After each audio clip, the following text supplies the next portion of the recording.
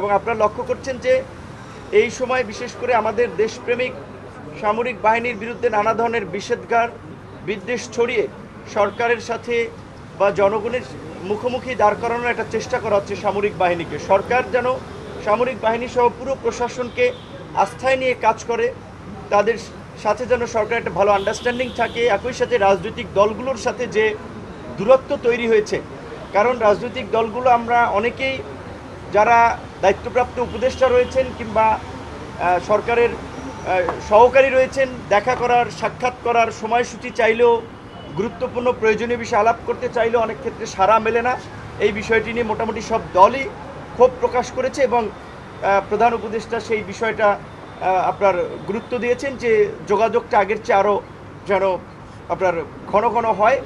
এবং বিশেষ করে যেই দুটো বিষয় নিয়ে আরও বর্তমানে রাজনৈতিকভাবে এবং নাগরিকদের মধ্যে একটা উদ্বেগ তৈরি হয়েছে যে আপনার চট্টগ্রাম বন্দরের যে নিউমোরিং টার্মিনাল বিদেশিদের হাতে দেওয়া এবং করিডোর, আমরা বর্তমান পরিস্থিতিতে সরকারকে এ বিষয়ে আপাতত সিদ্ধান্ত না নেওয়ার জন্য আমরা আহ্বান জানিয়েছি।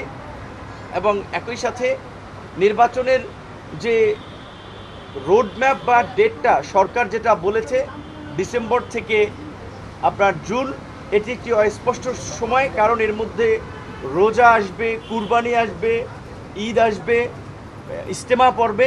সেই কারণে আমরা বলেছি অন্তত প্রধান উপদেষ্টা যেন একটা সুনির্দিষ্ট মাসের কথা বলেন যে এই মাসে সম্ভাব্য নির্বাচনটা হতে পারে এবং নির্বাচন এবং সংস্কার বিচার ডক্টর মোহাম্মদ ইউনূসের নেতৃত্বে অন্তর্বর্তীকালীন সরকারি করুক, আমরা সেটা চাই। সেক্ষেত্রে সরকার অভ্যন্তরীণভাবে কিংবা যে বাহ্যিকভাবে যে চাপগুলো কিংবা নানান ধরনের ষড়যন্ত্র তারা অনুভব করছে বা করবে, সেই ক্ষেত্রে আমরা পরিপূর্ণ তাকে সহযোগিতা করব।